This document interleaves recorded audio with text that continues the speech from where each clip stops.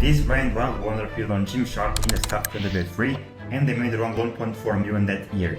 In 2024 they were able to scale 10 million a year, but this year they are going to be generating around the same as last year, which is not good, and I'm going to break down exactly the mistakes that they are making that will be causing this stagnancy. So firstly, regarding their ads, they have a solid strategy. They have a lot of good ads, UGC and static ads, but not much in quantity. They have only 30 ads, and the problem is not the ads in itself. The ads are actually pretty decent, but the problem is that they're all going to one place compared to other fast-growing brands that have multiple pain points, add to different pain points, and go into specific landing page for that product. So they could do like this ad here that is promoting this soda, which is a raspberry, I believe. They could be going directly to a product page of the raspberry, but instead of that, they have it going to the collections page, and then people have to choose. And of course, giving out of options is not good. People are going to have more friction to buying, and from here they have to click on a product and then go to the product page and then cart and then checkout. So the friction is way bigger. This is from one side good because it's very simple and the funnel is easier to execute, but having a different landing pages specifically for all their products, which are not even much, are 14 products, so they could easily do that and convert way better and have specific traffic for the landing pages and way more ads.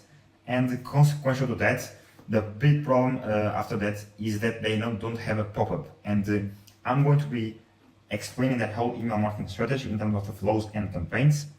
But the problem is not the emails in itself, and the easiest way to increase the email marketing revenue is to have a pop-up and have more people joining. Because we don't have people joining, we will have less people receiving the emails, and that's just bad. That just breaks the whole email marketing. So right now, people have to go to the collections page here, and they have to subscribe here, and from here they are going to receive this welcome flow, which is actually pretty decent. They have a good welcome email showing the faces of the founders and some nice copy, and the code is very bold. The button could be here, but it's overall a solid 8 out of 10. Then they have, in terms of the content, very good content here, what makes it unique, then some bestsellers, and then some other email about some better way to ship. It's also pretty simple but solid, and last chance, basically, yeah, the last chance here, and then they have a finance URL, so it's pretty decent. They have it spread around 11 days, so around one email every 2 days, right? They have 6 emails in total, and it's not bad, the welcome flow, but the problem is that people converting here in the footer is like 0.5%, and the conversion rate on the site overall, people buying is like 1-2%. And we could increase it like 10-20% by having a pop-up, not direct conversions, but we could have way more people joining the funnel. And these emails are the best sales asset they have. And if they have more people joining the emails, they have a way better conversion rate in general. And of course, they're feeding the most powerful channel, which is email marketing. So not having a pop-up is the biggest mistake here. They are missing it. It could increase the conversion to 20%.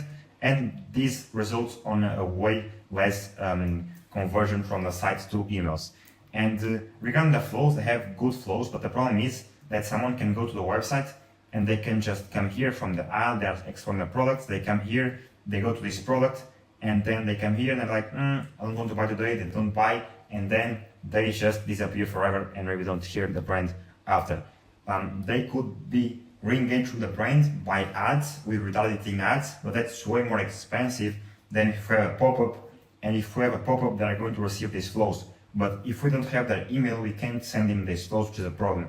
So having a pop-up which would increase way more people receiving these flows, which are actually good, and that could way easy fix the brand. So right now, when someone goes to a product page and leaves without buying, they will receive this around 4 hours later, which is just this email. Don't move on just yet, with a nice button about hold, and nice branding and the dynamic product. So the email is pretty solid. And on day 2, another email. I would argue this flow could be longer, but the first emails are going to be the ones that convert the better. So it's not bad overall. I would give it like a 6 out of 10. But as I said, the problem is not the flow in itself, it's more the possibility to collect emails for them to receive the flow. And then when someone comes here and adds to cart, which opens this little widget on the right. People that are going to abandon this, they're going to receive these flows right here, which is a little bit bigger than the other flows. It's 3 emails spread around 4 days. They receive this simple reminder, then they receive another reminder, and they are giving a 20% off. That's very good. So they get 20% off after the first email, because this is going to be converting a lot of people without discounts and without hurting the margins. And then they're going to give you the discount only on the second email, which is very good. And then they are leveraging the fact they were on Shark Tank for social proof, and they are actually not reminding about 20% off, which is pretty bad because it is only 24 hours. I'm now realizing. I would extend this and mention this here and also make it longer, but overall it's a 6 out of 10. The designing is very good, but the strategy overall could be expanded longer and have more thought in it. And then checkout event and flow. If someone comes here and clicks on checkout, they of course come to the checkout, and from here they are going to receive these emails, which is 2 series emails.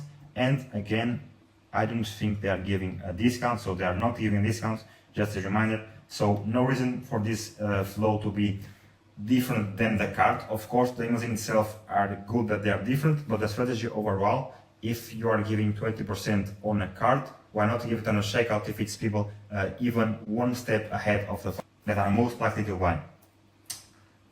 And if they have these discounts on these emails, why not just have more people receiving them? Because if someone gives that email, they visit a specific product, and then they receive a specific email giving them a discount, people are going to convert way better.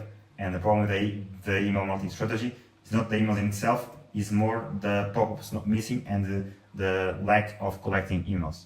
Then regarding campaigns, they also have a solid structure here.